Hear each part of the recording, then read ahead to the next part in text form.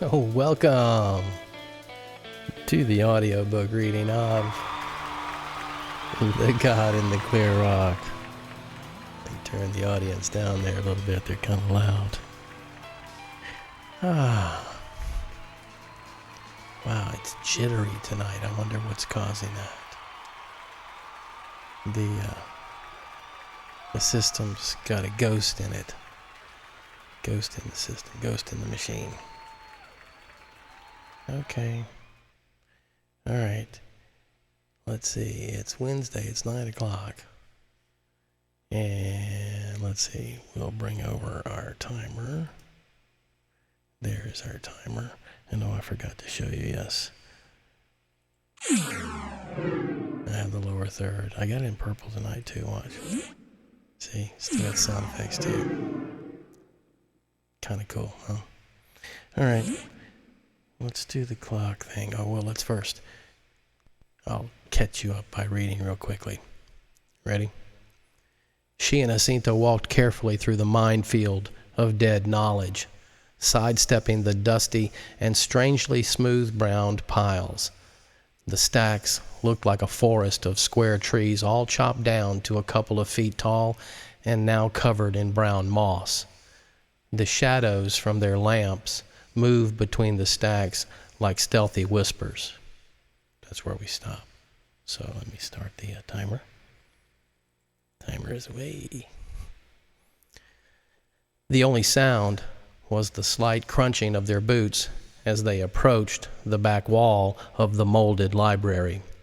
Then they turned and went along the right side until they reached an opening into an extra-wide corridor that doubled back and led deeper into the pyramid.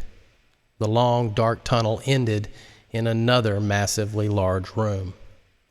Unlike the level above, there were only two towering columns in the middle of the room. The chamber was deep enough to make the ambient air cooler, but it didn't have any circulation. It would get hotter and more humid the longer they stayed in it. The ventilation ducts were blowing full blast now, but it would take everything the fans could give to safely vent all the rooms. She could feel air coming from the long ducting, which was snaked all the way through this level to the bottom of the whole structure. The ducts ended in the lowest level, in front of an enormous carved wall of religious symbols and writing. Maricé was familiar with some of the symbols and writing, but some of them also confused her. However, that was the least of her concerns right now, because before she could get to the final lower level, she'd have to get past this level. She and Jacinto walked out of the corridor and entered the darkened chamber from one side. This room... Just a second. There we go. This room was much deeper than the library room upstairs. Rainwater didn't reach down here. However, insects, rodents, and some other type of animals obviously did. In fact, they'd found evidence of big animals in this room, which wasn't something you normally found under the ground. Most large animals tended to stay out of man-made holes in the ground. Maricé knew there was only one thing that could make a wild animal crawl into a pit: food. And there would have been lots of food down here. But it didn't start off as food. It started off as people. They were the Mayans who were on this mountain when the hordes of conquistadors ransacked the temple and murdered everyone here. However, what the invading Spaniards did to them after they killed them must have seemed like a highly organized buffet to the predators and scavengers that found their way down to this underground feast. Because the gigantic room was filled with piles of bones, and all the bones had been separated into anatomical sections. There was a pile of right legs, a pile of left legs, a pile of torsos, and two piles of arms with rights and lefts separated. Then there was the pile of heads. Not one body had a head still attached. The only adult skeletons not dismembered were the 12 bodies hanging on freestanding upside-down crosses, which had been fashioned from timber and erected down here. These 12 bodies were also headless, but they were intact otherwise.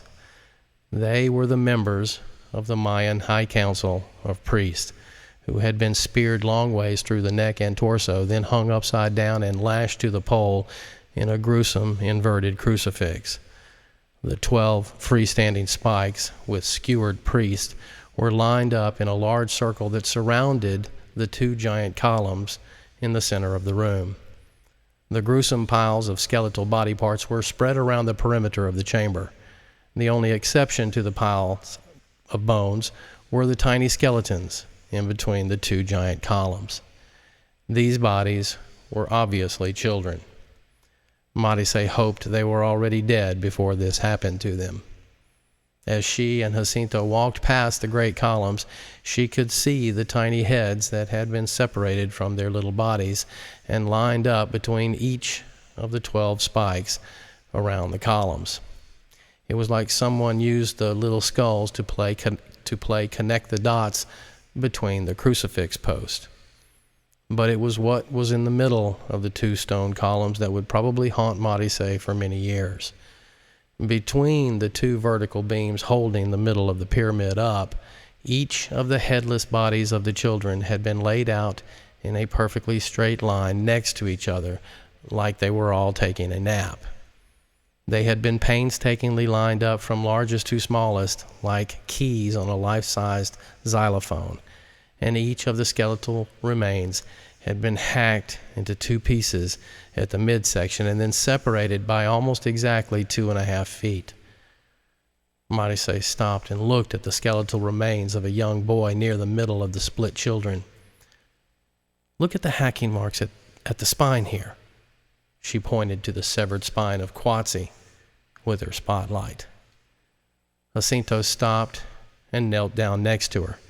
Then he leaned over and looked closely at the exposed spine that was clearly chipped by some sort of metal. "Yeah, those are some pretty deep hacks. You think we can figure out what kind of blade it was? Maybe we would know a little more about who did this." He looked up at his mentor. Marise looked around as she was kneeling next to the tiny mutilated skeleton. Insects had cleaned most of the bones over the 468 years since this atrocity occurred, but many of the skeletons still had some areas of mummified remains attached. However, none of them had any clothing or jewelry of any sort. That started to give Marise her first clue. It was only a hunch right now, but her hunches were usually good. She would find out yet what happened to her people. It was things like this that made her wish she could reach across time and stop things like this from happening. But she knew that was a stupid dream. You couldn't study history if you could go back and alter it. And it would be at odds with her career, which she had been carefully creating and advancing at an astounding rate. She was just turning 29, and already she had the largest pyramid on the planet to her discovery. And she alone had exclusive and unalterable rights to the entire site, guaranteed by the Mexican government and sanctioned by every organization under God's blue sky.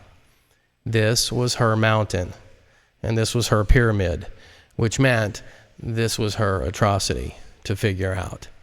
And she would figure it out. By God, she would figure it out.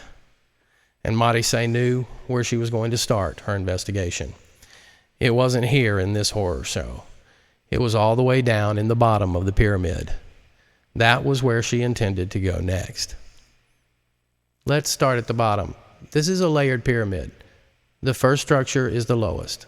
That was their beginning. She looked at Jacinto as she stood up. That's where we start.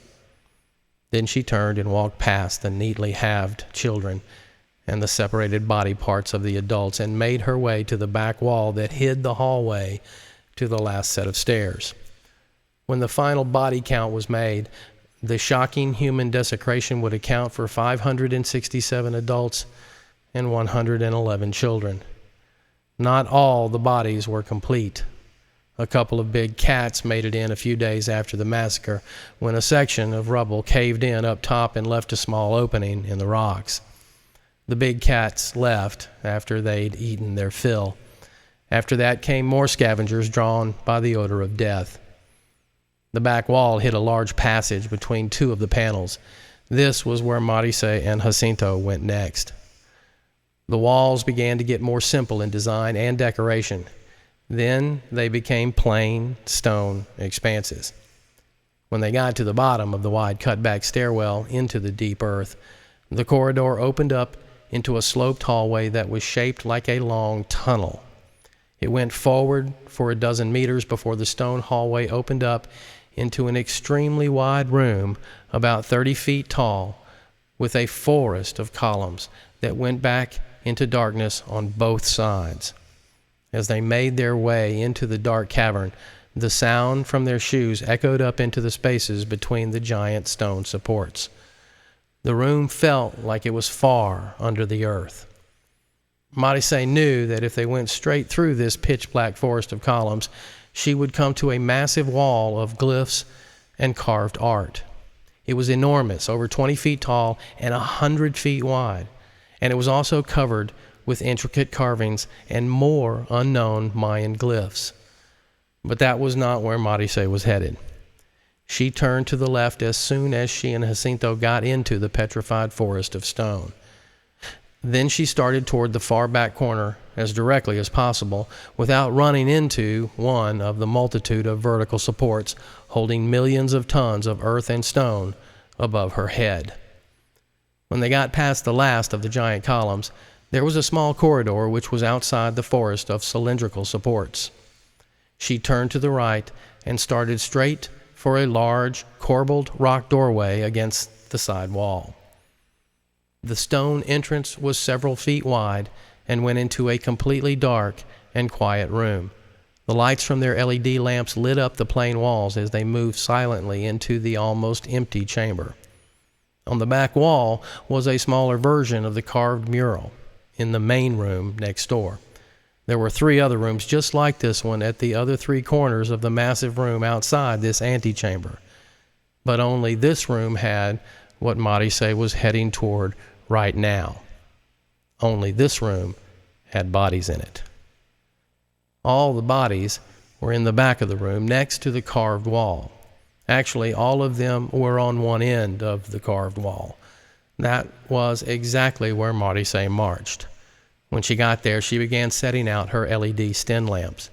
These specialized lamps were on small aluminum extension poles that could extend up to about 7 feet, and they used large replaceable batteries that could be recharged from small solar panels.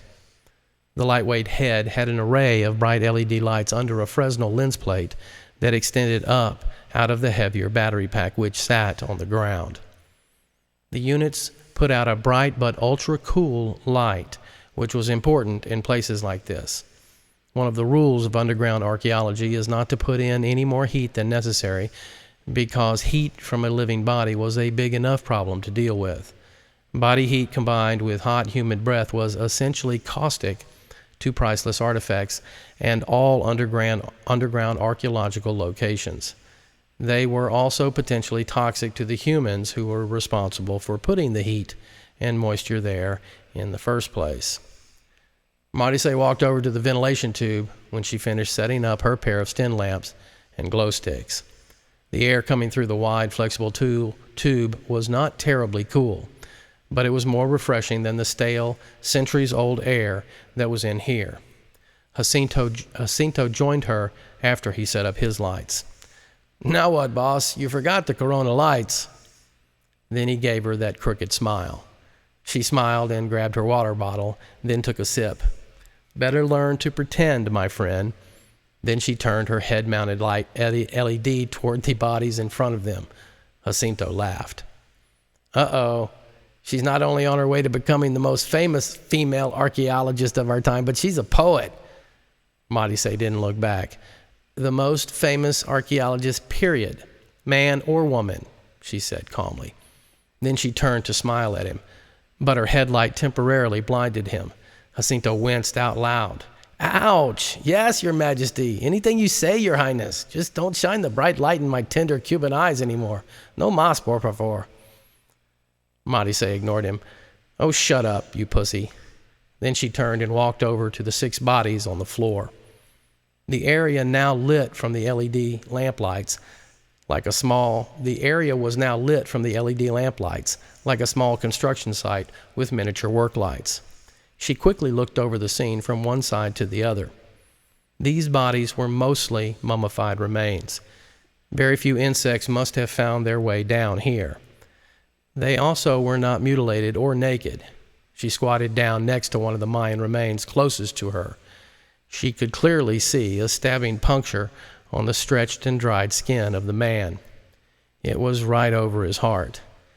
He was leaning against the back wall of carvings. A machete was in one of his hands. The other was between the legs of the mummified skeleton. Marise could see a few beads on the ground next to the dead Mayan royal guard.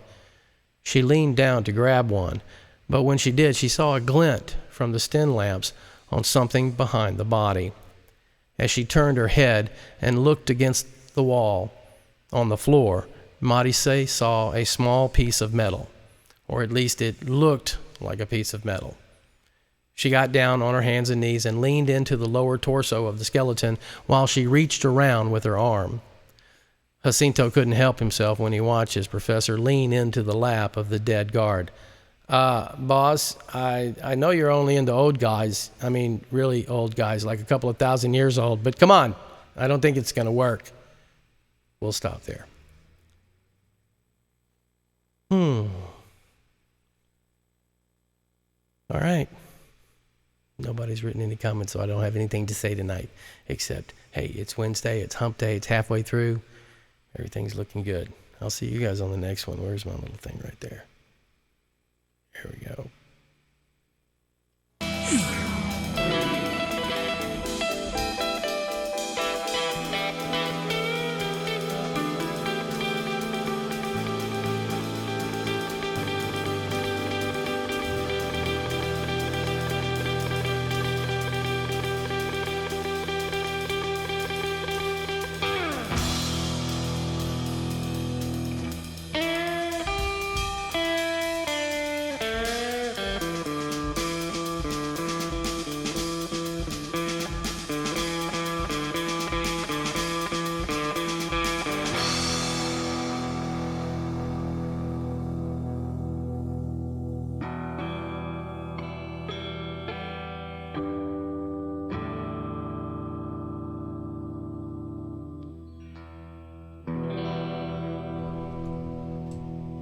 Just the facts, ma'am.